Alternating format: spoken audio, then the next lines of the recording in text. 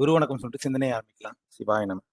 ஊழியர்கோன் வெப்பொழித்த புகழியர்கோன் கடல் போற்றி, ஆழிமிசை கல்மிதப்பில் அணைந்த பிரானடி போற்றி, வாழி திருநாவலூர் மண் தோன்ற பதம் போற்றி, ஊழிமலி திருவாத ஊரர் திருத்தால் போற்றி போற்றி, தெய்வச் செக்கிறார் திருவடிகள் போற்றி போற்றி,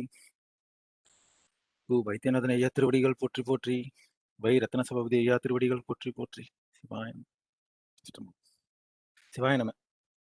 இன்னைக்கு அம்மா சிந்திச்சு வந்து அதை ஒற்றியே தான் நம்ம சிந்தனையே இருக்க போகுது. நம்ம ரீகேப் மாதிரி திரும்பியும் நம்ம ஒரு ஸ்டார்டிங்லேருந்து ஃபுல்லாக ஒரு ரவுண்டு பார்த்துட்டு நம்ம 2ஆம் சூத்திரத்தையும் 3ஆம் சூத்திரத்தையும் சிந்திக்கலாம். இதுதான் இப்போதைக்கு இந்த இதெல்லாம் நம்ம சிந்திக்க போகிறது.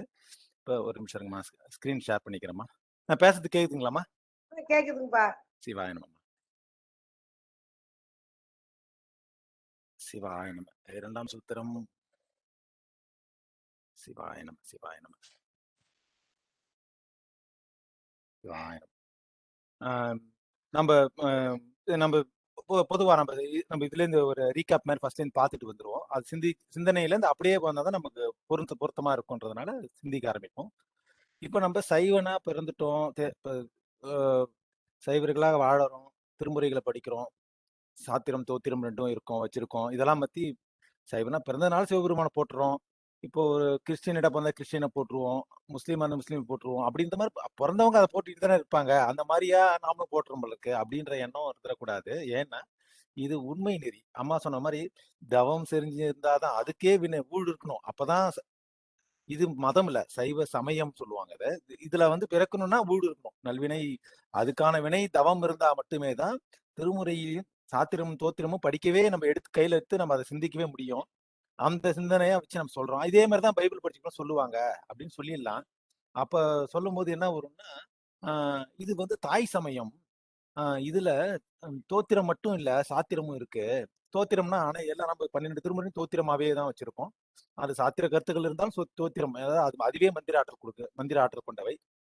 எந்த பொருள் புரிந்திருக்குன்னு அவசியமே இல்லை, அப்படியே படிச்சாலே மந்திர ஆற்றல் நமக்கு பலன் தரக்கூடியவை. அது மாதிரிதான் மற்றவங்களும் வச்சிருப்பாங்க.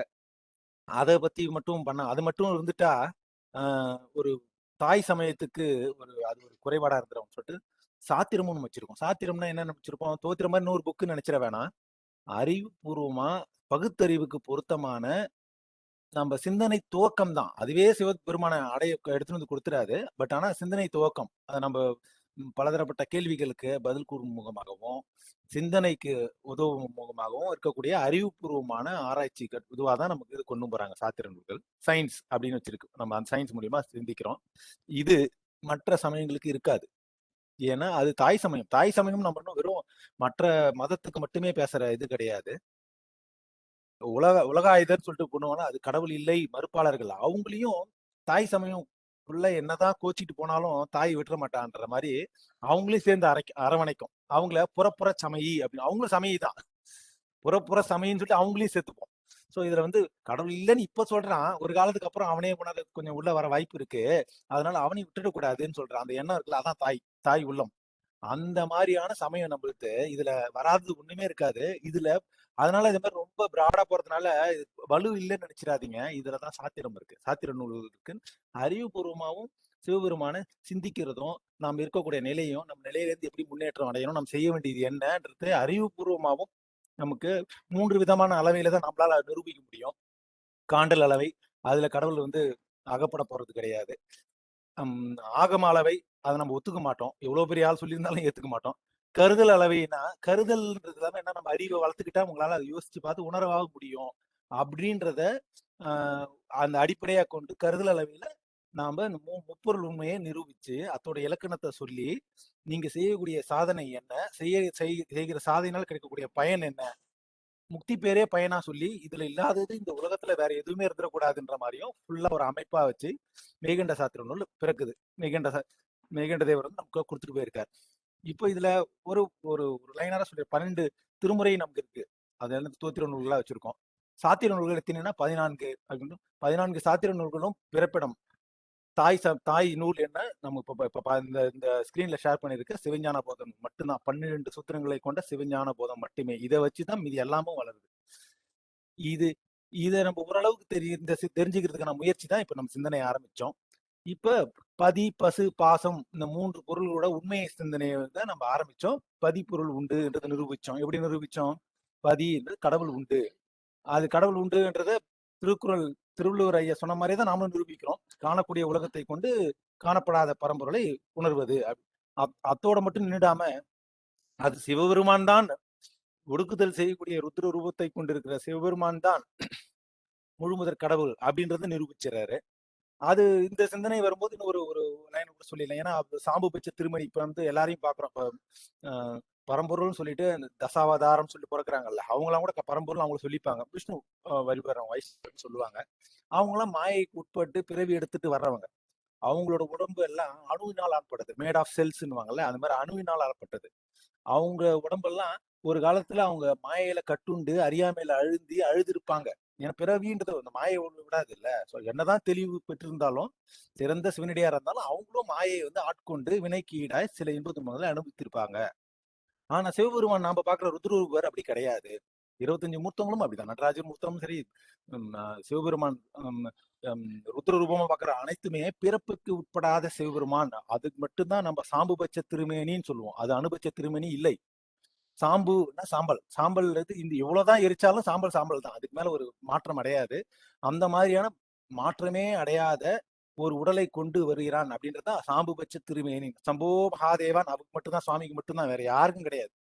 பரம்பொருளுக்கு சம்போ மகாதேவா அப்படின்னு சொல்லிட்டோம்னாலே அது சிவபெருமான் மட்டுமே ருத்ர ரூபத்தை மட்டுமே குறிக்கக்கூடிய பொருளா நிக்குது.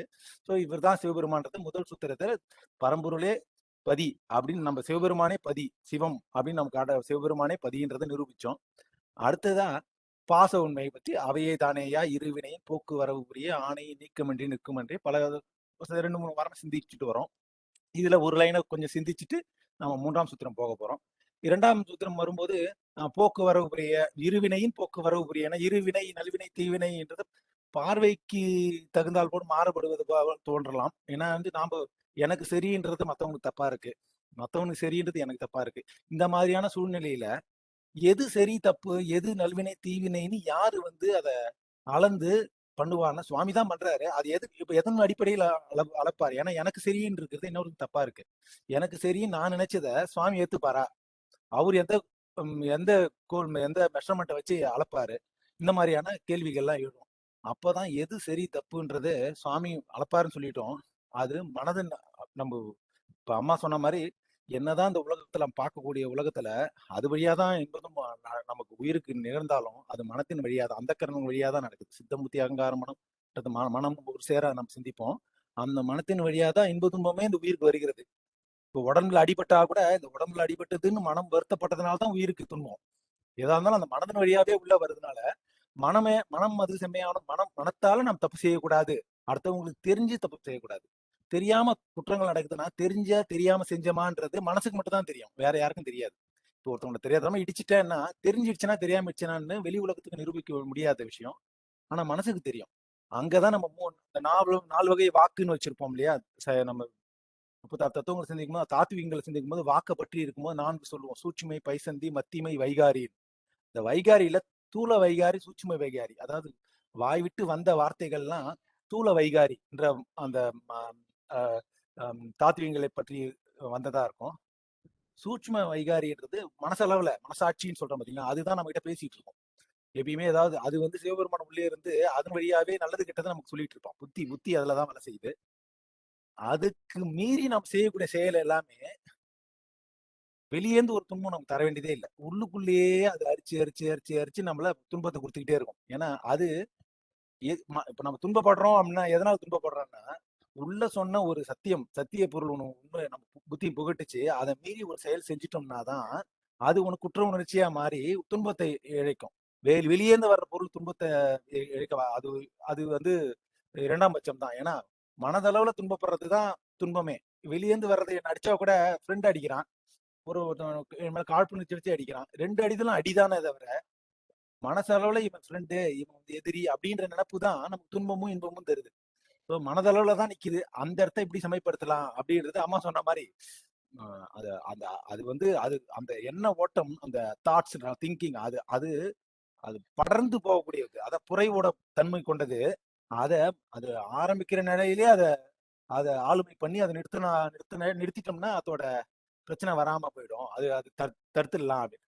அது அது நிறுத்த முடியணும்னா இவ்வளோ சிவ வழிபாடு மந்திர திருமுறைகளும் அந்த திருவைந்தெழுத்தும் எவ்வளவுதான் உச்சரித்தாலும் எப்ப அது வருதுன்றது நமக்கு தெரியாது. இப்ப ஒரு சிந்தனை வந்ததுக்கு அப்புறம் அடுத்தவங்களை திட்டிட்டு கோவப்பட்டு முடிச்சு தனியா போய் உட்காந்துருக்கும் போது தான் சிவபெருமானே உள்ள வந்து நம்ம செஞ்சது தப்புன்னு சொன்னான்னா ரொம்ப லேட்டு. அதுக்குள்ள நீ ஆல்ரெடி நான் பல பேர் திட்டிருப்ப, பதிலுக்கு திட்டிருப்போம், திரும்பியும் அவங்க மேல ரிட்டாலியேட் பண்ணி ஏதாவது திரும்பி அவங்களை அடிச்சிருப்போம், ஏதாவது செஞ்சிருப்போம். அதுக்கப்புறம் சிவபெருமான் வந்து காப்பாத்தி திரும்பி கொண்டு பயனில்ல, முன்னாடியே வரணும். அந்த எண்ணம் வரும்போதே உள்ள வரணும். அது வர வைக்கிறதுக்கு ஒரு பயிற்சியா தான் அம்மா சொன்னது. முன்னாடியே வரத்துக்கு திருவைந்தியம் தான். திருவைந்தெழுத்து இல்ல திருமுறைகளை தவிர வேற எதுவுமே நம்ம இதை காப்பாத்திர போறது இல்ல. ஆனா இன்னும் ஒரு ஒரு பயிற்சி முகமா இன்னும் ஒரு சிந்தனை ஐயா சொன்னதுதான். ஒரு நான் எப்படி நானும் அன்பு தான் கேட்டிருந்தோம். கொசு உங்களை கடிச்சா அடிப்பீங்களா அடிக்க மாட்டீங்களான்னு கேட்டோம். ஐயா காரில் கூட்டிட்டு போகும்போது கேட்டோம். ஐயா அவர் சொன்னாரு, அதுவும் எனக்கு சூழ்நிலையில அதுவும் தானே வந்திருக்கு. கொசுவாவும் சிவபெருமான் வந்தாருன்னா அது சிவபெருமான் பார்க்க தெரியணும் அப்படின்னு. அது சொல்லும் போது தான் யோசிச்சேன். இப்போ யாராவது ஒருத்தர் காழ்ப்புணர்ச்சி வச்சுக்கொண்டு மேல அடிக்க வராங்கன்னா அவன் இந்த சூழ்நிலை பெருமான் படைச்சாரு, இதை நம்ம ஏத்துக்கணும், இதுக்கு எப்படி வெளியே வருதுன்னு யோசிப்போம், அந்த கோபத்தை வேற எங்கேயாவது பார்க்க அப்படின்னு யோசிக்கிறது ஒரு ஒரு விதமான பார்வை. ஆனா அது எந்த அளவுக்கு சாத்தியப்படும் தெரியாது. ஆனா இன்னொரு பார்வை இருக்கு. எதிரின்னு இப்ப தெரியறான் பாத்தீங்களா, அது சிவபெருமான் நினைக்கிறேன். சிவபெருமான் அந்த ரூபத்துல தான் வருவான்னு நினைச்சீங்க. இப்ப என்ன ஆகும், பட்டுன்னு ஜீரோ ஆயிடுது. என்னோட நம்ம எல்லாமே கோவம் எல்லாமே போயிடுது. என்ன சுவாமி, இப்ப நீங்க ஒரு கோவப்பட்டீங்கல்ல அதே ரூபத்துல இறந்த பிறகு பிறகு நமக்கு ஒரு ஒரு கோர்ட்ல போய் சுவாமி மிண்டி நின்று நல்லது கெட்டது பாக்குற போது அந்த ரூபத்துல இருப்பான் நீ யோசிச்சனாலே பயமா வந்துருது. இல்லையே இவர் நான் கோவப்பட்டு எதிரியா பார்த்தனே அப்படின்னு. அந்த ரூபத்துல வந்தா இப்பயே வந்திருக்குது சுவாமி. சூழ்நிலையை கொடுத்து சுவாமி தான். எதிரியா மிண்டி வச்சது சுவாமி தானே வச்சிருக்காரு. ஒரு பொருளை வச்ச சுவாமி அதிர்த்து நடந்தா சுவாமியே வந்ததுக்கு சமம் தானே. அப்படி பாக்குற பார்வை வந்து கொஞ்சம் கொஞ்சம் இன்னும் கொஞ்சம் கூட கொஞ்சம் அது முன்னாடியே தடுக்கிறதுக்கான வாய்ப்புகள் அதிகம். எண்ண ஓட்டத்தை அது படர விடாம தடுக்கலாம் அப்படின்னு ஒரு சிந்தனை. அது நம்ம எல்லாம் முயற்சி தானே. எல்லாருக்கும் அது உள்ள அகப்பட்டு தான் கிடக்கும் முயற்சி. இது ஒரு நம்ம மேல காழ்ப்புணர்ச்சி பண்ணி கோவப்படுத்துறாங்கன்னா முடிஞ்ச வரைக்கும் அது சிவபெருமானா பார்க்க முயற்சி பண்ணணும். அது முடியாது, அதுவும் ஒரு பயிற்சி. முயற்சி பண்ணா கிடைக்க வாய்ப்பு இருக்கு. ஆனா திருவைந்தெழுத்து திருமுறையை மட்டுமே நம்ம அதை காப்பாத்த வல்லது. நம்ம அந்த சிந்தனையை வச்சுட்டு அடுத்ததா இருவினை போக்குவரவு புரியன்னு இப்ப அது எது சரி தப்புன்னு எதை வச்சு சொல்றது? அந்த இந்த கேள்விக்கு பதில் முடியலையே. இப்ப ஒரு எனக்கு சரி, அவனுக்கு தப்பு. இது சிவபெருமான் என் பக்கம் பேசுவாரா, அவன் பக்கம் பேசுவாரா? நிறைய பக்தி செலுத்தினா என் பக்கம் பேசுவாரா, பக்தி செலுத்துறவங்க எடை போட்டு பார்த்து அந்த பக்கம் பேசுவாரா? இப்படி எல்லாம் பார்த்தோம்னா சுவாமி சத்தியவான். நீ பக்தி செலுத்தாம போற, அது உன் வினைக்கு உன் பக்குவத்துக்கு அது முன்னேற்றத்துக்கு பயனா இருக்குமே தவிர சுவாமி நடுநிலையா தான் இருக்கணும். அந்த நிலையில இருக்கும்போது அவர் என்ன செய்வாருன்னா, இங்க இந்த உலகத்துல நீதி நூல்கள் எது சரின்னு சொல்லியிருக்கோ, அறம் சொல்லியிருக்கோ, அதை மட்டுமே தான் அந்த அறத்தின் வழியா தான் நம்ம சரி தவிர பாகுபாடு பண்ண வேண்டும் இந்த உலகத்துல. ஏன்னா இந்த உலகத்துல இரண்டு இரண்டு பொருளை பற்றி தான் இருக்க முடியும். வாக்கும் செயல்களும். இது ரெண்டை பற்றி தான் இருக்கும். ஆனா மனசை பற்றி இருக்காது. மனசை பற்றி ஒழுங்கா இருக்கணுமான்றத நாம இப்ப பண்ற நம்ம சிந்தனைகளும் அதுக்கான நெறிமுறை எப்படி எல்லாம் பண்ணலாம்னு யோசிக்கிறோம். ஆனா மனசை சரி பண்ணிட்டோம்னா வாக்கோ இல்ல மெய்யினால் செய்யக்கூடிய செயல்களோ அது வந்து பெரிய விஷயம் இல்லைன்னு திருமுறை திருமுறையிலையும் சிந்திச்சிருக்கோம், திருக்குறளையும் சிந்திச்சிருக்கோம். மனம் எப்படி பண்றதுதான் ஒரு இதுல கொண்டு போறதுக்கு தான் நம்ம இப்ப சிந்தனையே. நமக்கு வந்திருக்க சூழ்நிலை அனைத்துமே நம் வினைக்கேடாக வந்தது. அம்மா சொன்ன மாதிரி ஸ்டார்டிங்ல முதல்ல நாம எதை பற்றி இருந்தோம், ஆணவத்தையே பற்றி இருந்தோம். பற்றிய பொருளின் தன்மையே தனக்கும் நம்ம ஆன்மாவுக்கும் அதே நிலையில இருந்தோம். அந்த ஆன்மா எதை பற்றி இருக்கோ அதே தான் சொல்லுவோம். அந்த நிலையில இருந்தோம். நமக்கு பற்றும் தன்மை இயல்பு. நம்ம கிட்ட இருக்க குற்றம் என்ன, ஆணவம். ஆணவம் நம்ம குற்றம் இல்ல, நம்ம பிடிச்சது ஒரு குற்றம். ஆணவம்ன்றது தனிப்பொருள். அதை நாம பற்றி இருக்கோம். அதை பற்றி இருக்கிறதுனால அதோட குணங்கள் நமக்கு வந்து அறிவு மக்கள் செஞ்சுட்டு அப்படியே இருக்கும். பிடிச்சது மட்டும்தான் நம்ம குற்றம். ஆனா பிடிப்பதுன்றது நம்ம உயிரோட இயல்பு. ஆணவத்தை பிடிக்காம சிவத்தை பிடிக்கணும், வேற எதுவும் ஆப்ஷன் இல்ல.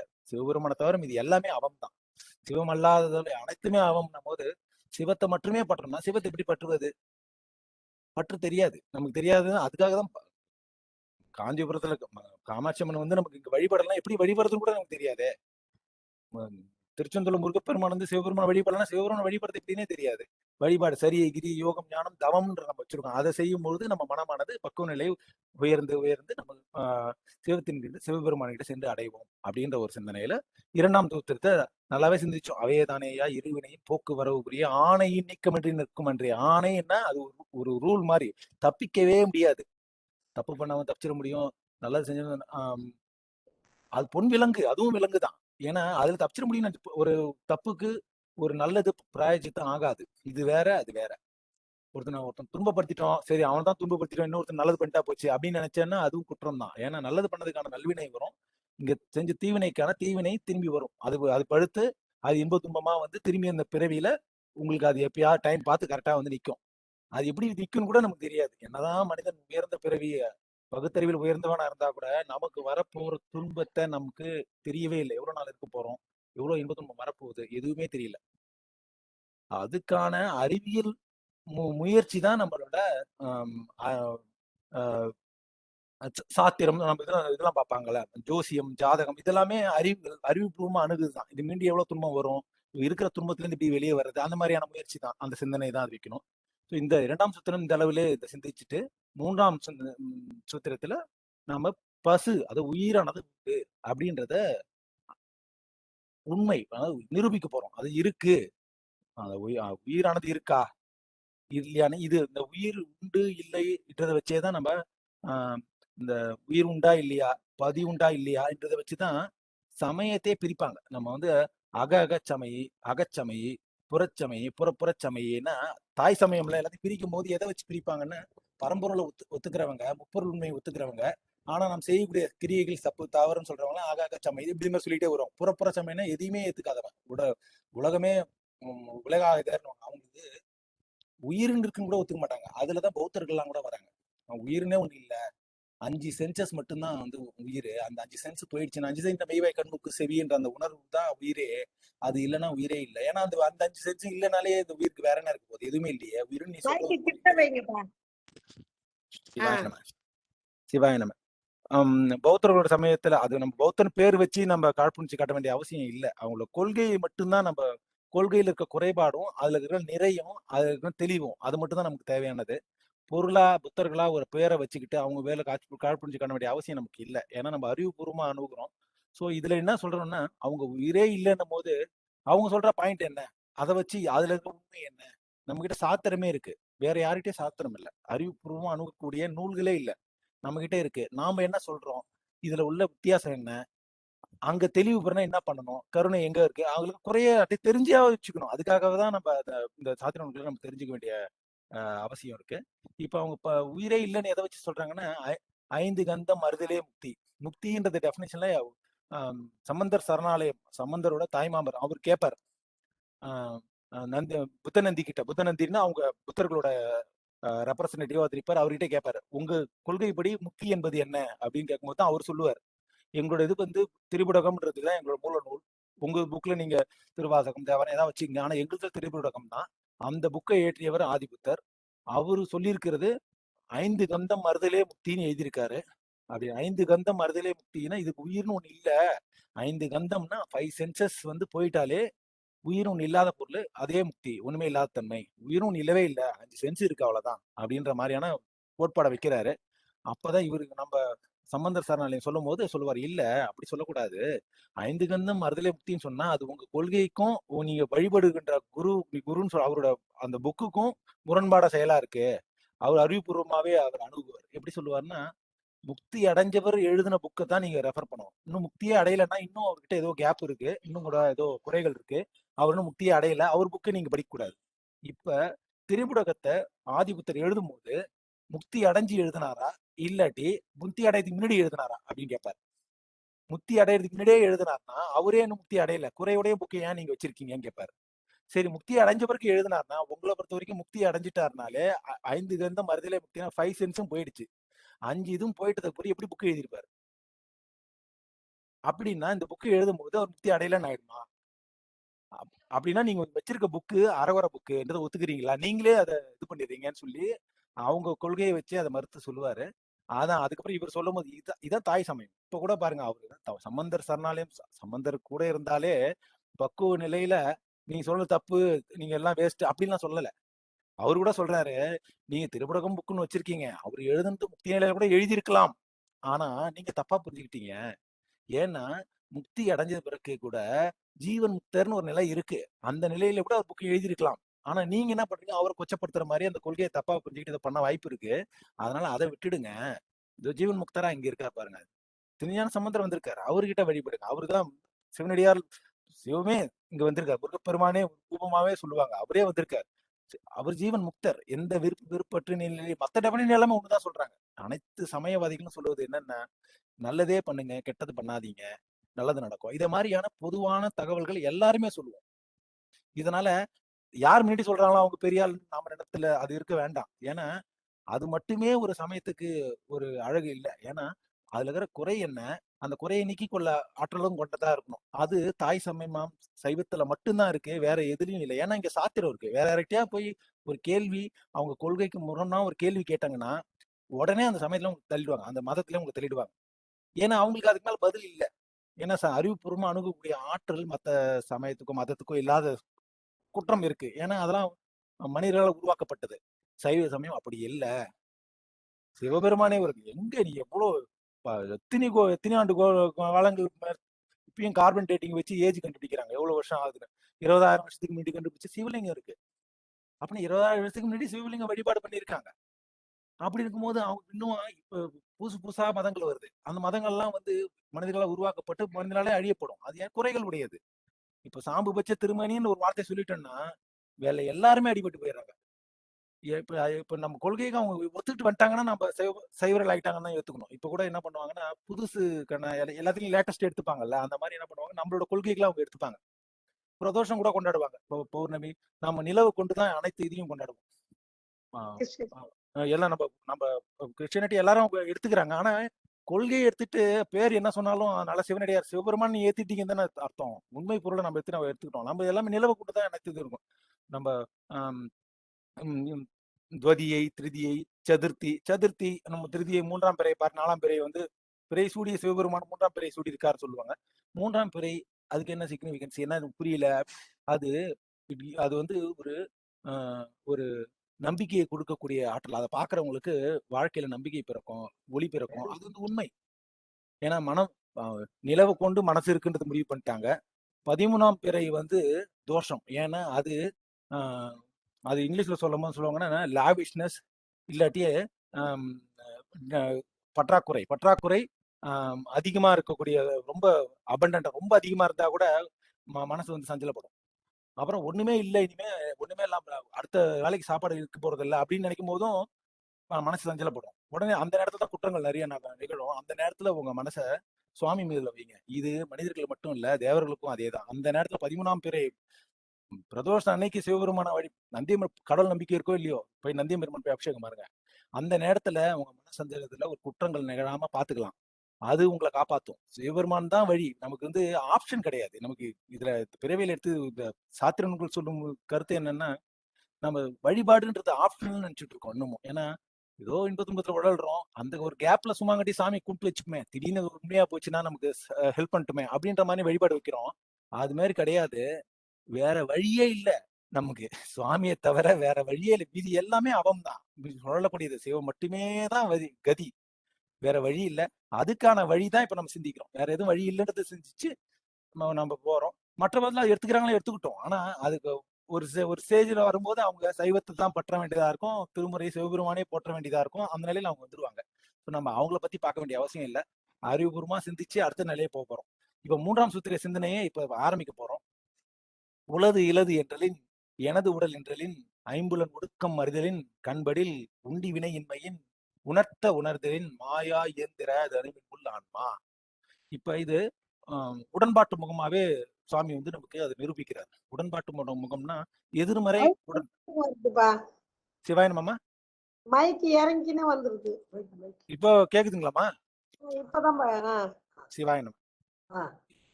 உடன்பாட்டு முகமாவே சுவாமி இதுல சிந்திப்பாரு. எப்படின்னா கடவுள் இருக்காரா எப்படி சொல்லுவீங்க? ஐயா சொல்லும் போது, வைத்தியநாத ஐயா சொல்லும் போது சூப்பரா சொல்லுவாரு. இருக்கு இல்லைன்னு ஏதோ சிந்திக்கிறது தெரியுங்களா? அந்த அறிவுதான் சிவம் சொல்லுவோம். அந்த அறிவை உடைய பொருள் உங்க ஆன்மா. அதான் ஆன்மா, உயிர் அப்படின்னு சொல்லணும். பசு என்ன ஏதோ இருக்கு இல்லைன்னு ஏதோ ஒன்று சிந்திக்குது இல்ல. எது சிந்திக்குது? அதாவது உயிர் இருக்கா இல்லையான்னு ஏதோ ஒன்று சிந்திக்குது இல்ல. அது எதுன்னா அது அறிவு அப்படின்னு சொல்லிட்டீங்கன்னா, இதுதான் அந்த உலகாயத்திற்கும் நமக்குள்ள வித்தியாசம். அவங்களும் அறிவுன்னு ஒத்துப்பாங்க. ஆனா அந்த அறிவை உடைய பொருள் பசு அப்படின்னுவாங்க. அறிவுன்றது குணம், அதாவது உடைய பொருள். அறிவு அது விருத்தி அடைஞ்சிட்டே போனா தெளிவு கிடைக்கும். எதுக்கு கிடைக்கும்னா பசுவுக்கு கிடைக்கும், ஆன்மாவுக்கு கிடைக்கும். இதுல கூட அறிவாலயம் வச்சிருக்காங்களா தமிழர்கள்லாம் அறிவாலயம்னா அறிவுன்றது உடைய பொருள். யாருடைய அறிவு ஆலயம் அப்படின்னு நம்ம கேள்வி கேட்கணும். அந்த கேள்விக்கு பதில் இல்லை. ஏன்னா அறிவே ஆலயம்னா அறிவு தான் அது உடைய பொருள்ப்பா. அது உடைய யாருடைய அறிவு ஆலயம் அப்படின்னு கேட்டா பதிலே இல்லை. அப்படின்னா உயிரை ஒத்துக்கிறியா? உயிர் ஒத்துக்கிட்டேன்னா அப்ப அடுத்த கொள்கை அறிவு தெளிவு இல்லாம இருந்தல்ல, எதனால தெளிவு இல்லாம இருந்த? அறிவு மொத்தமா தெளிவு அடைஞ்சிட்டேன்னா என்னவா இருப்ப அப்படின்னு 30 உண்மை அவங்க மூலியமே வர வச்சிடலாம். இன்னமும் யாருடைய அறிவு ஆலயம்னே தெரியாம இருக்கிறதுனால அவனும் உடைய கதை சுத்திட்டு இருப்பாங்க. அந்த கேள்விக்கு பதிலுக்கும் வர போறது இல்லை. அவங்க அந்த அந்த கேள்வி எழுப்பினாலே அவங்க வேற ஒரு ரூட்டு. அதாவது நம்ம சொன்ன 8 விதமான குற்றங்கள் இந்த தேடல்ல கோபம் வந்துடும் உடனே. நம்ம கருத்துக்கு மதுரை கருத்து சொல்றானேன்னு கோபம் வந்து வேற மாதிரி சிந்திப்பாங்க. அதை பத்திலாம் நமக்கு தேவையும் இல்லை. உண்மை பொருளை தேடும் போது உண்மையாவே வெளிப்படையா சிந்திக்கணும். அங்க வரும்போது தான் நம்ம சொல்றோம் உலது இலது என்றலின் ஏதோ சிந்திக்குத அதை பத்தி சிந்திக்க போறோம். இப்ப இந்த இந்த அந்த 3ஆம் சூத்திரத்தை ஒரு நிமிஷம் எத்தனை அதிகரணங்களா பிரிச்சிருக்காங்கன்ற சிந்தனை நமக்கு வேணும். மொத்தம் இதுல இருக்கக்கூடியது 7 அதிகரணங்கள். அதாவது அதுல கூறுகள் அதிகரணங்கள் நம்ம ஏற்கனவே சிந்திச்சோம். அதாவது ஒரு ஒரு சூத்திரத்தில் உள்ள பகுதிகள் அப்படின்னு அந்த ஒரு பகுதிகளுக்கும் ஒன்னும் அதிகரணங்களா போட்டு அதுல ஏது எடுத்துக்காட்டுன்னு சொல்லிட்டு நம்ம புரிஞ்சுக்கிறதுக்காக விரிச்சிருப்பாங்க.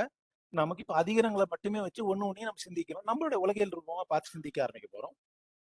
இப்போ உலது இலது என்ற முதல் இதை ஈண்டு இலது என்றலின் ஆன்மா உள்ளது. இதுல வந்து இருக்கு இல்லைன்னு சொன்னேன் இல்லப்பா. எதை வச்சு சொன்னா ஒரு அறிவுடு அந்த அறிவு உள்ளுக்குள்ள இருக்கிறதுனால அதை உடைய பொருள் ஆன்மா இருந்தே ஆகணும் அப்படின்னு நிரூபிக்கிறாரு.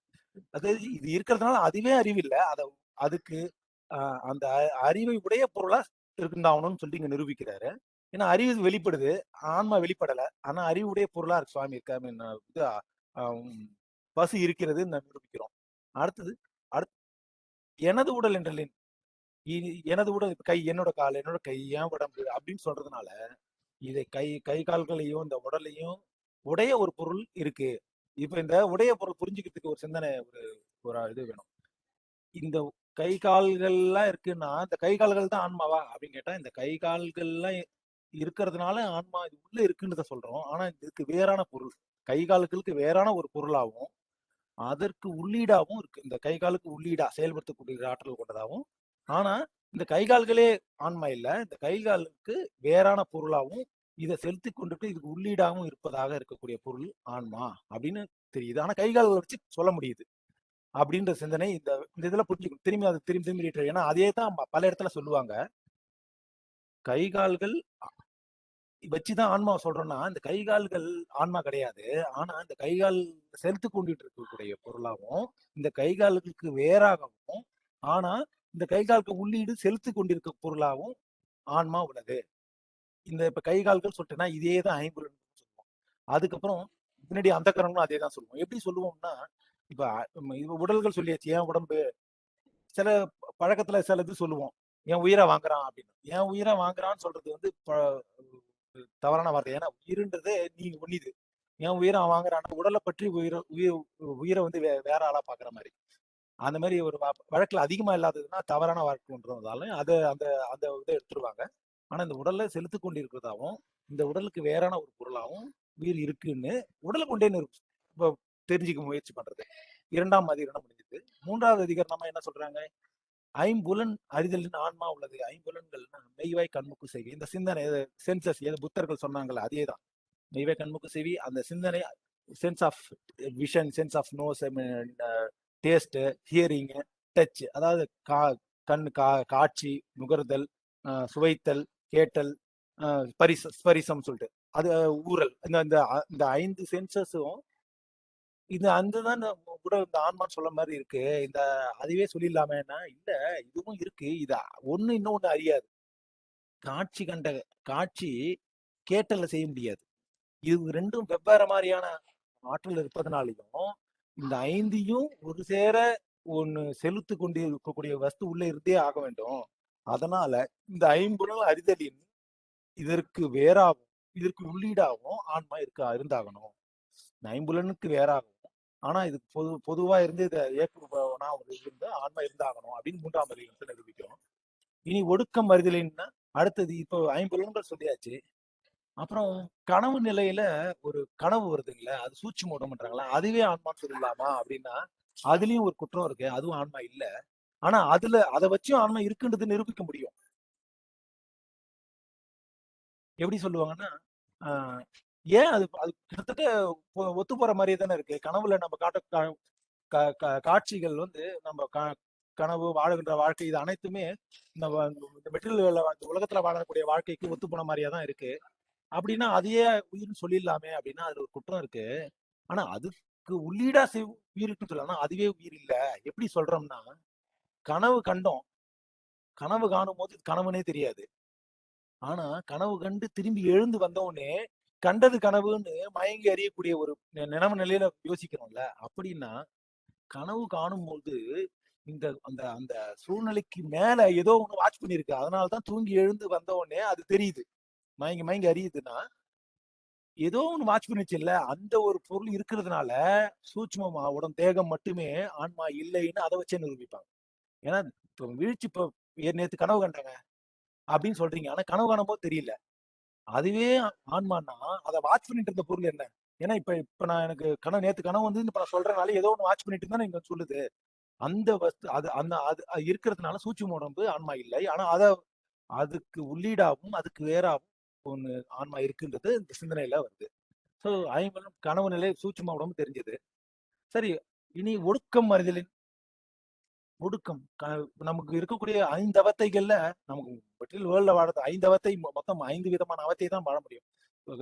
ஆஹ் தூய தமிழ்ல சொல்லும்போது ஆஹ் தமிழ்ல சொல்லும்போது விழிப்பு நிலை, உறக்க நிலை, உறக்கம், பேருறக்கம், உயிர் படங்கள். இதேதான் ஆம், ஆம், ஆம், சொப்பனம், சுளுத்தி, துரியம், துரியாதீதம் அப்படின்னு சொல்லிட்டு ஒரு தமிழ்ல சொல்லலாம். நம்ம வழக்கில் இருக்கிற தமிழாவே சிந்திப்போம். விழிப்பு நிலை, மூழ்கிட்டு இருக்கும்போது நம்ம வாழற வாழ்க்கை, உயிருக்கு அனுபவம் மனசுக்கு கொண்டு வருது. உறக்க நிலை, கனவு நிலையில இந்த கருவி பயனாகல, ஆனா கரணங்களை பயனாகுது. மனம்ன்றது இந்த புரியட்ட காயத்தை பயன்படுத்தி ஒரு கனவு நிலையில அனுபவத்தை அனுபவிக்குது. இது கனவு நிலை. உறக்கம்னு ஒண்ணு இருக்கு. உறக்கத்திலையும் அனுபவம் உயிருக்கு உண்டு. உயிருக்கு தூக்கம்னு ஒண்ணு கிடையாது. ஆனா இப்ப தூக்கம், உறக்கம், பேருறக்கம் சொல்றோமே அப்படின்னா அதுலயும் உயிருக்கு அனுபவம் உண்டுன்றதை நிரூபிக்கிறதுக்கு தான் மறுநாள் நல்லா தூங்கணும். ரொம்ப திருப்தியா இருந்ததுன்னு நம்ம சொல்றோம்ல தூக்கத்துல. எந்த கனவற்ற தூக்கமா இருந்தா கூட மறுநாள் தூங்கி எழுந்து வந்த உடனே நல்லா தூங்குனாங்க, ரொம்ப சந்தோஷமா இருந்தது அப்படின்னா அந்த நல்ல தூக்கம்ன்றத மறுநாள் நீங்க உணர்ந்தீங்கனாலே அப்ப அப்ப அந்த அனுபவம் நல்ல அனுபவம் தானே பெறப்படுது. அப்பனா உயிரானது தூக்கத்திலையும் எந்த சிந்தனையும் இல்லாத நிலையிலையும் அனுபவம் நிகழ்கிறதுன்றது மறுநாள் நீங்க எழுந்து நல்ல தூக்கம்னு சொல்லதுனால தெரியுது. உயிருக்கு அனுபவம் என்றுமே உண்டு, அதுக்கு தூக்கம் இல்லை. உறக்கம், பேருறக்கம் அதே மாதிரிதான். உயிர் படங்கள்ன்றது ஒரு உடலை இன்னொரு புரியட்டகமா இருந்து ஒரு உடல்ல இருந்து இன்னொரு உடலை பற்றும் இடைப்பட்ட நேரம் உயிர் படங்கள் சொல்லணும். ஏன்னா மூச்சு இருக்காது சிலப்பட்ட நேரம். மூச்சற்று சில நொடிகள் இருக்குமே, அதுவும் உயிர் படங்களுக்கு சமம். அது அது வந்து துரிய அதீதமாகவும் கருதப்படும். உயிர் படங்கள் ஒரு உடலுக்கு இன்னொரு புரியட்ட காயமா இருந்து செயல்படும் போதும் அது பொருத்தமா இருக்கு. அந்த சிந்தனையில அது. ஆனா உயிர் படங்கள்ல அனுபவம் இருக்குன்னு சொல்லிட்டு சரி, இப்ப இனி கண்படில் அடுத்த இந்த அந்த சிந்தனை முடிஞ்சு இதுக்கு உள்ளீடா அதை அனுபவிக்கக்கூடிய பொருளா உயிர் இருக்குன்னு சொல்லிட்டோம். இப்ப தூக்கமே இனி ஒடுக்கம் அறிதலின் ஆன்மா உள்ளது. ஒடுக்கம் அறிதலின் மறுநாள் எழுந்தவன் தூங்கணும்னு தெரிஞ்சதுனால கண்டிப்பா ஆன்மா இருக்குன்னு தெரிஞ்சிட்டோம். இப்ப 5வது அதிகாரத்துல நம்ம சொன்ன இனி கண்படில் உண்டி வினையின்மை என்ன. கண்படில்னா உறக்கத்துல எந்த செயலும் இல்லை, ஆனா மூச்சு மட்டும் செயல்படுது. அந்த மூச்சே ஆன்மான்னு சொல்லிடலாமா அப்படின்னா, அறிவுபூர்வமா வரும்போது மூச்சுன்றது ஒரு ஜட, ஒரு வாயு. அது ஆன்மான்னு அது அறிவுடைய பொருள்னு சொல்றது வந்து பொருத்தமில்லாத செயலா சொன்னா நாம ஏன் இருக்கக்கூடாது. ஒரு மூச்சின்னு நாம பார்க்கக்கூடிய ஒரு ஜடமான ஒரு வாயு அறிவுடைய பொருள் சூட்சுமமா வச்சிருந்தா இதுல என்ன குற்றம் அப்படின்னு ஒரு கேள்வி கேட்டோம்னா, இல்ல அது ஒரு குற்றம் இருக்கு. அதுல இன்னும் அது அது அந்த சிந்தனையை நம்ம கொண்டு எடுத்துக்கொள்ள வேண்டிய இது இருக்கும். இனி கண்படில் உண்டி வினையின்மையின் உணர்த்த உணர்தல் என்ன. உண்டி வினையின்மைன்னு அவங்க என்ன சொல்றாங்கன்னா, இதோட அதிகரணத்தை விரிவாக்கமா படிக்கும்போது குறிப்பா சுபக்கம் பரபக்கம் படிக்கும்போது அந்த தகவலை படிக்கும்போது ஒரு ஒரு சுவையான தகவல் வரும். மூச்சு ஜட பொருள் சரி இது, ஆனா அறிவுடைய பொருள் இல்லைன்னு நமக்கு தெரியும். ஏன் நாம உயிர் உடல் கூட தான் அறிவற்ற பொருள், இது உள்ள உயிர் இல்லையா? அது மாதிரி அந்த மூச்சிலையும் உள்ளீடா ஏன் உயிர் இருந்துக்க கூடாது அப்படின்னு கேட்டுட்டோம்னா பதில் இல்லாத சூழ்நிலை வந்துரும். ஆனா அதுக்கும் பதில் சொல்லியிருக்காங்க சுவாமிகள். எப்படி சொல்றாங்கன்னா, சரி, மூச்சு உயிர் இல்லைன்னு நிரூபிக்க, அதுக்கு சரிங்க ஒரு நிமிஷம் மூச்சு பிடிச்சிட்டு இருங்க அப்படின்னு சொன்னோம்னா நம்மள பிடிச்சிட்டு இருக்க முடியுது.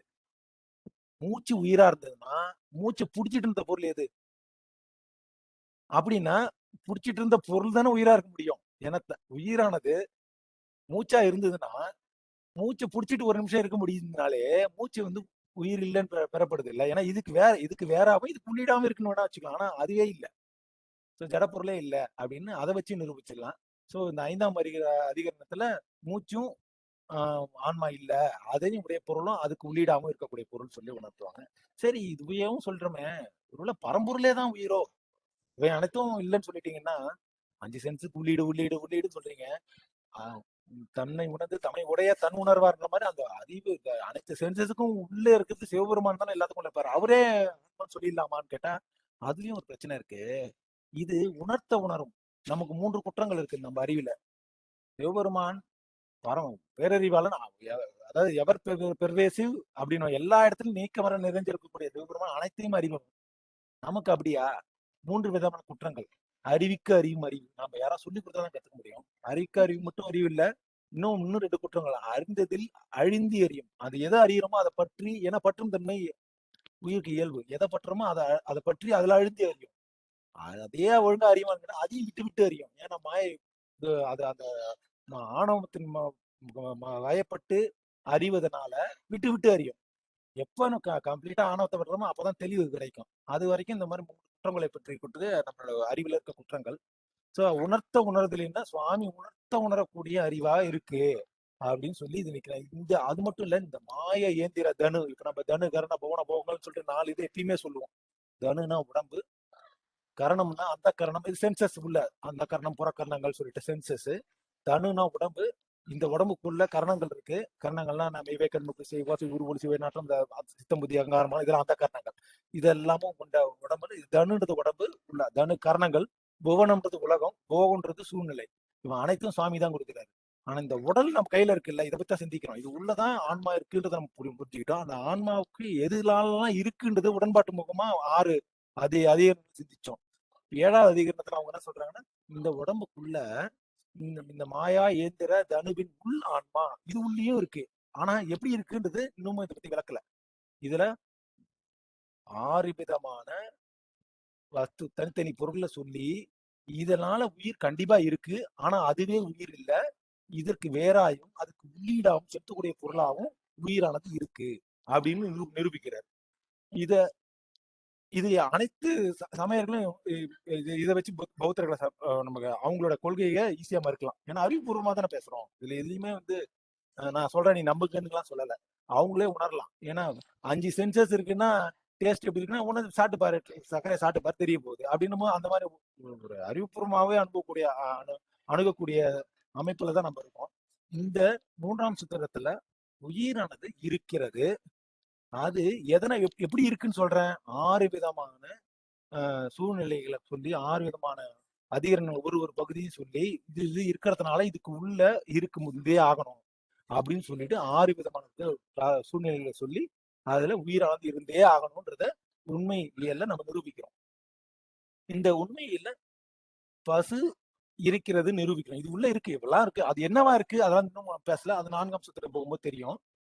அதோட சூழ்நிலை என்ன, எப்படி வந்திருக்கும் அப்படின்லாம் 4ஆம் சூத்திரம் சிந்திப்போம். ஆனா இருக்குன்றதை நிரூபிச்சோம். இந்த நிரூபிச்ச பசு பதியை சென்றுதான் அடைய வேண்டும் அப்படின்றது எங்க இருக்கு? ஏன் வந்து அதுதான் கதின்றதை எப்படி சொல்றீங்க? இப்படியே இன்பு துன்பத்தை உழந்துட்டே இருக்க கூடாதா? அப்படிலாம் கேட்டுட்டு இருந்தோம்னா என்ன பிரச்சனை வருதுன்னா, இது வந்து கொடுக்கப்பட்ட உடல், ஒரு உடல் தானே இது. இந்த உடலும் மனமும் இந்த நாம் அடையக்கூடிய 5 அவத்தை ஆன சூழ்நிலையில தான் நம்ம சிந்திக்கிறோம். 5 அவத்தைனா 5 விதமான நிலைகளில் நின்று உயிரானது இன்ப துன்பத்தை அனுபவிக்குதுன்னு நம்ம சிந்திக்கிறோம். உடலை பற்றி விழிப்பு நிலையில அனுபவிக்கிறோம். கனவுல அதே உணர்வு ஒன்றுதான், இன்னும் துன்பம் ஒன்றுதான். இப்போ ஒரு லாரி ஒன்று ஏத்துற மாதிரி பிசிக்கலா ஏத்துனா என்ன துன்பமோ அதே துன்பம் தான் கனவுல ஒரு லாரி நம்மள ஏத்தினாலும். உயிரானது துன்பப்படுறது ஒரே மாதிரிதான்.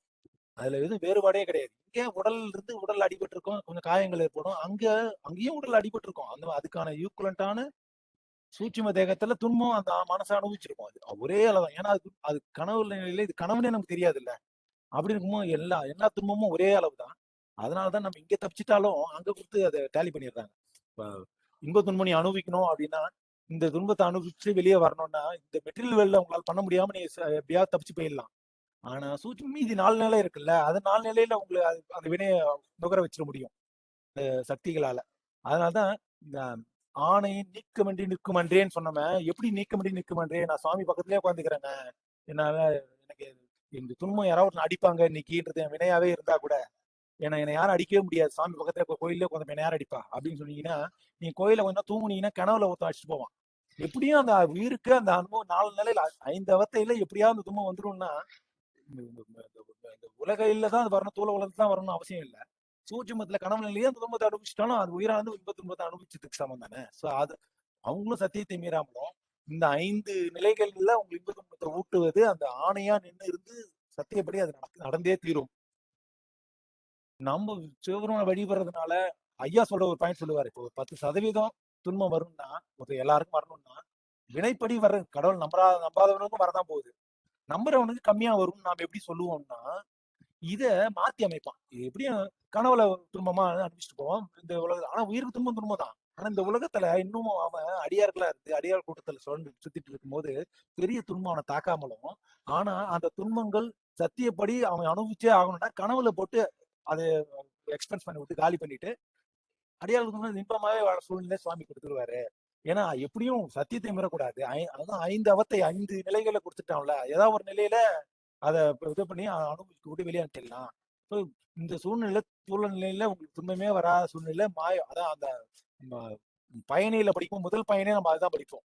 எப்படி இந்த மாயை நமக்கு தாக்காது அப்படின்னு கிளீனா ஓப்பனா சொல்லுவாரு. இது சத்தியத்துக்கு மாறுதலான ஒரு வார்த்தை. அது பாவமன்னியம் பண்ணவன் கூட சிவபெருமான அவனே தானே ஆகி அந்நெறி ஏகன் ஆகி இறைவனை நிற்க மலம் மாயை தன்னோடு வல்வினை இன்றேன்னு வல்வினை இன்றே இங்க ஆணையை நிற்க மாட்டேன்னு சொல்லிட்டு அங்க மலம் மாயை தன்னோடு வல்வினை இன்றேன்னா இது ரெண்டும் முரண்பாடது இல்லையா? அங்க ஆணையா இருந்து கொடுக்க வேண்டிய இன்ப துன்பத்தை கொடுத்தே தீரும்னு 2ஆம் சுத்திர சொல்லிட்டு, பயணியில முதல் சுத்திர சிவபெருமான வெளிப்பட்டது அவனே தானே ஆகி நிற்கும் போது உனக்கு வரக்கூடிய மாயையானது உன் மீது வலிமையை காட்டாது அப்படின்னு எப்படி சொல்லலாம்?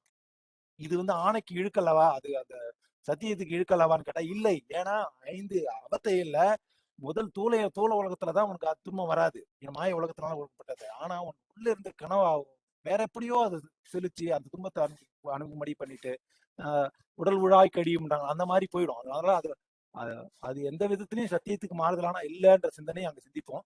இப்ப இந்த 3ஆம் சூத்திரம் ரொம்பவே எல்லாருக்கும் தெரிஞ்ச விஷயமா இருக்கிறதுனால அதிகமா சிந்திக்க வேண்டியது இல்லை. இன்னும் சிந்திக்கனாலும் சிந்திக்கலாம். ஆனா இந்த அளவுல இந்த 3ஆம் சூத்திரத்துல உயிர் பசு உண்டு அதுக்கு கொடுக்கப்பட்ட 7 அதிகரணமும் சிந்திச்சோம். இது உண்டு, இது சிவத்தை சென்று சேர வேண்டும். இதுக்கு தடையா இருக்கக்கூடிய பாசங்கள்னா நம்ம சொல்றது பசு ஆணவம் கண்மம் மாயை இந்த மும்மலங்கள் தான் தடைகளா இருக்கு. தடைகள் நீக்கக்கூடிய வழி தவம். தவத்துக்கு ஒரே வழி அடியார் வழிபாடு, திருமுறைகளும் திருவைந்தத்து மட்டுமே தான். வேற எதுவுமே கிடையவே கிடையாது. இது இவர் சொல்லிட்டாராங்க, அறிவுபூர்வமா சொல்றாரா, இதுல இவர் சொல்லியிருக்காரா அப்படின்னு ஒரு சிந்தனை நான் சொல்லியிருக்காரு அப்படின்னு வார்த்தை அந்த சிந்தனையை வச்சு நம்ம சிந்திப்போமே. ஏன்னா முதல் இது உண்மையில் சொல்லி சொல்றது. அதுக்கப்புறம் அதோட லட்சணம் நம்ம இதுல சொல்ல இலக்கணம் அது சொல்லுவாரு. அதுக்கப்புறம் சாதனைகள்ல அதிகபட்ச சாதனையே உங்களுக்கு 5 எடுத்து சொல்லுவதுதான். அதோட பெரிய சாதனையே இல்லைன்னு சொல்லிட்டு 3ஆம் அந்த சாதனை இதுல 3ஆம் சாதனை அதான் சொல்லுவாரு. விதி என்னும் 5 எழுத்தே தான் அதான் அதிகபட்ச சாதனையை நம்ம செய்யக்கூடியது. ஆனா பயணியில முதல்ல இதே மாய எதனை தனிவில் ஆன்மா மாய மட்டும் பண்ண வல்வினையே செய்யாது அப்படின்னு ஓப்பனா அங்கேயே சொல்லிடுறாரு. இந்த ஒரு ஒரு உடன்பாடு இதுபடியா இந்த மாய உலகத்திலிருந்து வெளியே வர்றதுக்கு ஒரே வழி திருவைந்தெழுத்தை சொல்லுவது மட்டுமே தான் அப்படின்னு இங்க திருவைந்தெழுத்தை சொல்லிடுறாரு. விதி என்னும் 5 எழுத்தே அப்படின்னா நமக்கு ஒருவேளை இது அறிவுபூர்வமா அணுகும் போது மந்திரத்தை எல்லாம் சொல்லாம விட்டுருப்பாரோ, இது நம்ம சும்மா மட்டும் உபச்சாரமா சொல்ல இது கொன்று விட்டு சிந்திக்க முடியாத ஆற்றல் எல்லாம் வாய்ப்பு இருக்கு. ஏன்னா சாத்திரங்கள் ஒன்று சொல்லும், தோத்திரங்கள் வேற சொல்லுது பிறகு இவன் தப்பா சொல்லியிருக்காங்களோ அப்படின்ற எண்ணெல்லாம் வந்துடக்கூடாது. இது பிறந்ததன் காரணமே அதுதான். ஏன்னா 7ஆம் நூற்றாண்டு 8ஆம் நூற்றாண்டுலாம் வந்து சம்பந்தர் சுந்தரமூர்த்தி நாயனார் 9ஆம் நூற்றாண்டு வரும்போது சைவம் தான் தழைத்திருந்தது. அது 11ஆம் 12ஆம் நூற்றாண்டு வரும்போது பெரிய புராணம் அரங்கேறியது. ஆனா 12ஆம் நூற்றாண்டு முடிவிலேயே என்ன ஆச்சுன்னா, தோத்திரங்கள் மட்டுமே வச்சுட்டு சாத்திரம் வந்து பிழைப்பிழையா கருத்து கொள்ள ஆரம்பிச்சிட்டாங்க. நம்ம வேதத்துக்கு தப்பு தப்பா பொருள் கொள்ள ஆரம்பிச்சிட்டாங்க. அதை போக்கக்கூடிய இது தேவை சுவாமிக்கு தான் வந்துச்சு. அந்த நிலையில தான் நம்ம சாத்திர நூல் பிறகுது. 1 2 3 4 அது 1234வது வருஷம் 1 2 3 4 நம்பருக்கு அப்பதான் மெய்கண்டார் பிறக்கிறாரு. ஏன்னா அப்பதான் பிறகுது நமக்கு. அங்கேருந்து தான் பிறகுது. அங்கேருந்து 2.5 வருஷம் 3 வயசு தான் பிறகுது. அங்கேருந்து நமக்கு இந்த நூல் வருது. இந்த நூல் வர காரணம் என்ன அப்படின்னா, அதுக்கு முன்னாடி தப்பு தப்பா புரிஞ்சுக்கிட்டாங்க. வேதங்கள் வேற, சாத்திர நூல் சொல்றது வேற அப்படின்னு நினைச்சிட்டாங்க. சொல்றது ஒண்ணுதான். இதுல 5 எழுத்து நீங்க சொல்லாம விட்டுட்டோம்னா திருவைந்து எழுத்துன்றதை போற்றாமே போயிடுவாங்க. அது எல்லா தவிர நூல்களிலும் நம்ம திருவைந்து எழுத்து போட்டுருவோம். அடியால் வழிபாட போட்டுருவோம். மந்திராற்றல் சிவபெருமானே வழிபாடுன்னு சொல்லுவோம். நமச்சிவாய வகன்னு சொன்னா 5 எழுத்து போட்டுருவோம். ஆனா இங்க திருவைந்து எழுத்து நீங்க சொல்றீங்க. அறிவுபூர்வமா அணுகும் போது அதிகபட்சம் உங்க செயலே திருவைந்து எழுத்து சொல்லுவதுன்னு நிரூபிக்கிறோம். இந்த சிந்தனை இது மாதிரி வச்சு நம்ம சிந்திப்போம். இப்ப இப்போதைக்கு பசு உண்மையை நிரூபிச்சோம். பதி உண்மை, பாச உண்மை, பசு உண்மையை பத்தி சிந்திச்சோம். வரும் வகுப்புல நம்ம சிந்திக்கும் போது அதோட இலக்கணங்கள்லாம் பத்தி சிந்திக்க ஆரம்பிப்போம். இந்த அளவுல இந்த சிந்தனை வாய்ப்புக்கு குருவர்களே நம்ம குருமார்களே நம்ம சிந்திச்சு நன்றி சொல்லும் முகமாக இந்த அளவுல நம்ம இந்த சிந்தனையை முடிக்கிறோம். சிவாய நம்மம்மா. சிவாய நம்மப்பா, சிவாய நம்ம. ரொம்ப இந்த பேட்டர்ன் நல்லா இருக்குப்பா. சிவாய நம்ம. எப்படின்னா இப்போ நீங்க இது வந்தீங்க பாருங்க, அதே மாதிரியாவே இப்ப முதல்ல ஒரு சூத்திரத்துக்கு உண்டான அந்த அதிகரணத்தை நம்ம சிந்திச்சுட்டு இப்ப வந்த பேட்டர்ன் வந்து ரொம்ப நல்லா இருந்ததுப்பா. எப்படின்னா 7 அதிகரணம் வருது. 7 அதிகாரத்துல வரும்பொழுது பெரிய புராணத்துல 900 ஞானசம்பந்தர் புராணத்துல 915 இருந்து 925 வரைக்கும் 3ஆம் சூத்திரத்தோட பொருள்பா. 915 இருந்து 925 வரைக்கும் 3ஆம் சூத்திரத்தோட பொருள். இப்ப நீங்க என்ன சொன்னீங்க? உயிர் இருக்குதா? இருக்கு. அப்ப எனக்கு கை கால் தான் உயிரா? இல்ல, அதனிலும் வேற இருக்குது. அப்ப ஏன் உடம்பா? ஏன் உடம்புன்னு போது அதனிலும் வேற இருக்குது. அப்படின்னு போது அந்த சாரி புத்தன் கேக்குறான். நீங்க சொன்னதேதான். அப்ப முத்திக்கு எழுதிட்டு முத்திக்கு போனானா, முத்திக்கு போயிட்டு எழுதுனானா அப்படின்னா அவனுங்களால சரியான பதில் சொல்ல முடியல. இப்ப இப்ப நீங்க என்ன சொன்னீங்கன்னா, மெய்கண்டார் அனுப்பி நமக்கு சைவ சித்தாந்தத்தை பெருமான் அந்த நூலை அருளி செய்யவில்லை என்றால் திருமுறைக்கு பொருள் தெரியாது. ஏன்னா இலக்கணம் என்பது என்ன அப்படின்னு சொல்லிட்டு கேட்டா நிறைய பேர் இலக்கணம் வந்து ரொம்ப டஃப்பா இருக்குமா, அது பிராக்டிக்கல் லைஃபுக்கு வரவே வராதுமா. நாங்க சரிப்பா அப்படின்னா இலக்கணம் என்பது என்ன அப்படின்னா ஒரு ஒரு பாசனம் வைக்கிறீங்கன்னா ஏரி பாசனம் ஆற்று பாசனம் எல்லாம் இருக்குது இல்லைங்களா. அப்ப என்ன பண்ணுவான், வரப்பு வெட்டி அந்த வரப்புக்குள்ளார இப்ப நீ முதல் தலை கழனிக்காரனா இருப்ப, நான் 2வது கழனிக்காரன் 3வது கழனிக்காரன் அப்படின்னு கடமடை வரைக்கும் போகும் பாருங்க அந்த வரப்புக்குள்ளார. அப்ப இலக்கணம் என்பது வரப்புக்குள்ள போற தண்ணி கரெக்டா இன்னைக்கு உங்க முறையா பாயும், நாளைக்கு எங்க முறையா பாயும், தண்ணியும் வீணாகாது. சரியான இலக்கை சென்று அடைவது எது என்று சொன்னால் இந்த திருமுறைகள் சரியான பாதையில ஆன்மாவை சென்று அடைய வேண்டும் என்றால் சைவ சித்தாந்தத்தினால மட்டும்தான் முடியும். அதனாலதான் என்ன பண்ணாரு, திருமுறைய 3 வயசு குழந்தைய வச்சு அருள செய்த பெருமான் அதனோட பொருளை 2.5 வயசு குழந்தைய வச்சு அனுபவிக்க வைத்தார். சரி, இப்ப நீங்க 2வது கேள்வி கேட்கலாம். அப்ப எப்படிமா அந்த 2வது குழந்தை முதல் பாட்டுல என்னன்னு சொல்லுது, என்மனார் புலவர் அப்படின்னுது. புலவர் அப்படின்னா என்ன பொருள் அப்படின்னா பேராசிரியர் ஐயா என்ன சொல்றாரு, இப்போ என் புலன்களுக்கு உட்பட்டு அதை நான் ஆக்கப்பூர்வமாகவும் மெஞ்ஞானம் மூலமாகவும் விஞ்ஞானம் மூலமாகவும் அதை நிரூபித்து அதை வெளி உலகுக்கு கொண்டு வருபவனுக்கு பேர் புலவன். அப்ப என்னோட புலன்கள் வழியாக அது வரும் பொழுது இந்த 2.5 வயசு குழந்தைக்கு என்ன புலன் இருந்தது அப்படின்னு ஒரு கேள்வி வரும் பொழுது அது பெருமான் காடி பிள்ளையாரோட பதியத்தினால் ஏற்பட்ட சிறப்புன்னு கொண்டாந்து முடிக்கிறார். என்ன சொன்னாரு, பேயடையா பிரிவெய்தும் பிள்ளையினோடு உள்ள நினைவு. பேயடையானா என்ன அர்த்தம் தெரியுமாப்பா? Second thought. பிரிவு என்பது ஐயப்பாடு. செகண்ட் தாட் வேற, ஐயப்பாடு வேற. ஆமாம்மா, நீங்க சொன்னீங்க எல்லா முயற்சியும் தான் பண்ணோம். அதெல்லாம் ஒண்ணும் இல்லம்மா. நெறைய தடவ போய் வந்துட்டோம்மா அப்டின்னுவாங்க. அது பேய் அடையா. பிரிவு என்பது அப்டின்னா, போயே பலன் இல்ல. இவங்க சொல்லி தானே நடக்க போகுது அப்டின்றது ஐயப்பாடு. அவர் என்ன சொல்றாரு? பிரமாணமாவே சொல்லிடுறாரு. பேய் அடையா பிரிவு எய்தும் பிள்ளையினோடு உள்ள நினைவு. ஆயினவே வரம் பெறுவர். நீ அப்பா உனக்கு கண்டிப்பா புள்ள இருக்குது. அப்ப நீ என்ன பண்ணணும்? நீ என்ன பண்ண நேரா திருவெண்காடு போ. முக்குள நீர் தோய்வினையார் அவர் தம்மை தோயாவாம் தீவினை. அப்படின்னும் பொழுது, இதுக்கு இலக்கணம் எப்படிம்மா சொல்லுவீங்கன்னு ஒருத்தர் கேட்கிறாரு. இது எப்படி சித்தாந்த கருத்துக்குள்ள வருது அப்படின்னா, இப்ப நீ என்ன பண்ற? பெருமான் என்ன சொன்னார் முதல் சுத்தத்துல? அவன், அவள், அது எனும் அவை மூவினைமை. தோற்றி, திதி, ஒடுங்கி 3 நிலைக்கு வருது. இப்ப நெறைய பேர் நம்மளோட மூதாதையர்கள்லாம் என்ன பண்ணியிருந்திருப்பாங்க, ஏன் இந்த நூல்கள்லாம் நாம இன்னைக்கு வாங்கி படிச்சோமா? ஏற்கனவே இருக்கிறது தானே நம்ம படிச்சுக்கிட்டு வந்திருக்கிறோம். அப்ப ஏற்கனவே வித்து அங்க இருந்திருக்குது இல்லையா? அவங்க என்ன சொன்னாங்க, "நீ வாங்கி வைக்கிறத வாங்கி வை." நம்ம தலைமுறையில படிப்பாங்க.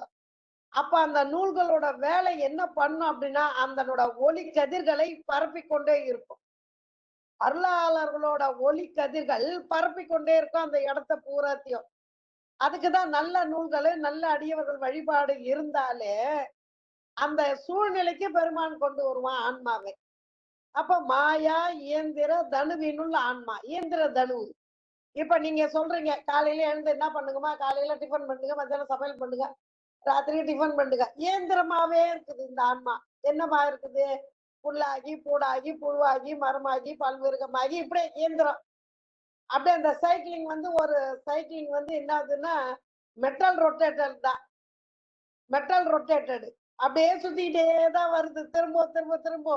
பெருமான் பார்த்தா, சரி இதை ஏதாவது ஒரு வழி பண்ணணுமே அப்படின்னு சொல்லிட்டு சித்தாந்த கருத்துக்களை கொண்டு வரும் பொழுது, நீ உயிராகப்பட்டது எவ்வளவு ஹையஸ்ட் தெரியுமா நீ? எல்லா ஆற்றலும் இருக்குது.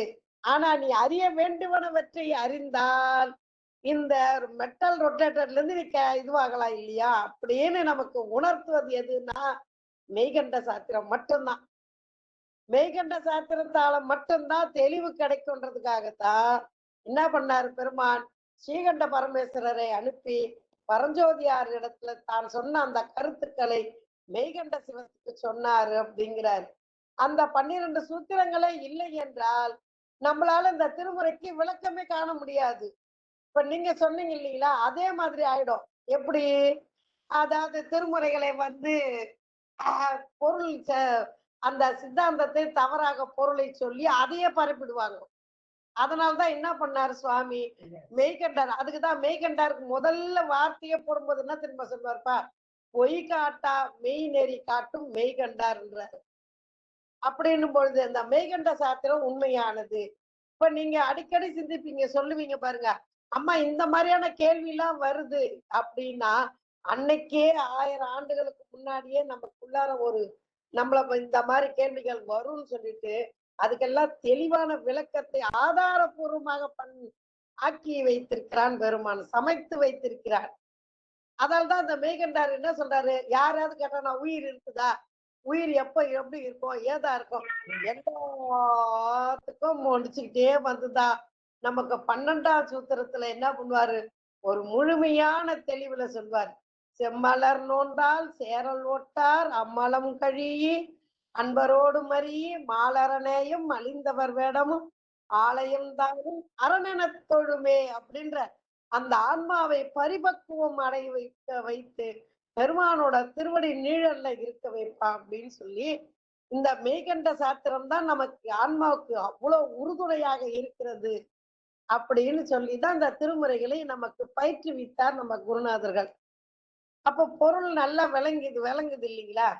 அப்படின்னு சொல்லிட்டு அடுத்த வாரம் இந்த ஒரு சூத்திரத்து அந்த 7 அதிகரணத்துக்கும் ஒரு அதிகரணத்துக்காகவே நம்ம மெதுவாவே போலாம் அப்படின்னு சொல்லிட்டு இந்த பாடத்தை நிறைவு செய்கிறேன். சிற்றம்பலம், தில்லையம்பலம், பொன்னம்பலம், வான்முகில் வளாது பெய்க மலிவலம் சிறக்க மன்னன் பொகுள் குறைவிலாது உயிர்கள் வாழ்க நான் மறையறங்கள் ஒங்க நற்றவம் வேள்வி மல்க மேன்மைக்குள் சைவ நீதி விளங்குக உலகமெல்லாம்.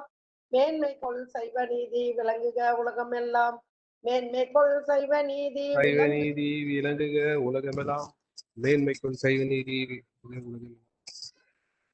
நம் வழிபடு தெய்வமாகிய அருள்மிகு சிவகாமி அம்மையுடன் ஒரு ராமநாதீஸ்வரர் பெருங்கருணை பெருந்திறம் பேராற்றல் பேரன்பு பேரருளினாலும் நம் குருநாதர்களாகிய கு வைத்தியநாதன் ஐயா வை ரத்ன சபாபதி ஐயா அவர்களின் குருவர்களால் இன்றைய சிந்தனையை சிறப்பாக அமைத்து தந்தார்கள் என்று சொல்லி உங்களுடைய அனைவரும் திருவடிகளை வணங்கி இந்த பாடத்தை நிறைவு செய்கிறேன்.